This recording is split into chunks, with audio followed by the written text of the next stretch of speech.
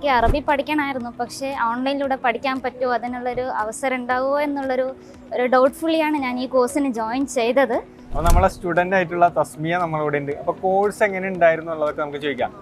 ആദ്യമായിട്ട് എന്തുകൊണ്ടാണ് അറബി ഭാഷ പഠിക്കാനുള്ളത് കാരണം? അതായത് ഇപ്പോൾ ഗൾഫ് നാട്ടിൽ വന്നിട്ട് ഒരു ജോബ് അന്വേഷിക്കുമ്പോൾ ഒരു പ്ലസ് പോയിന്റ്, നമുക്ക് ഇപ്പോൾ ഇംഗ്ലീഷും ഹിന്ദിയെല്ലാം സാധാരണ ഇവിടെ അറിയുന്ന എല്ലാവർക്കും ഒരു ലാംഗ്വേജ് ആണ്.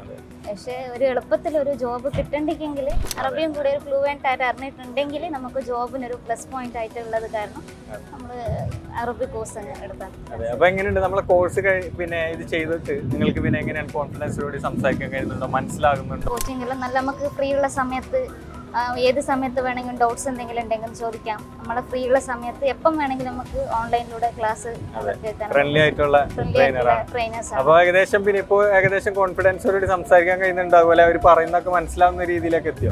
എല്ലാം മനസ്സിലാവുന്നുണ്ട്, തീർച്ചയായും ഏകദേശം പറയാനെല്ലാം പഠിച്ചു. ഓക്കെ.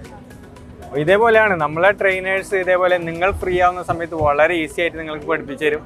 റസ്മിയ പറഞ്ഞ പോലെ നിങ്ങൾക്ക് നിങ്ങളെ ഒഴിവ് സമയത്ത് അറബി പഠിച്ചിട്ട് എന്ത് ചെയ്യുക, പ്രാക്ടീസ് ചെയ്ത് പഠിക്കുക എന്നുള്ളതാണ്. Helping millions achieve their dreams in the GCC.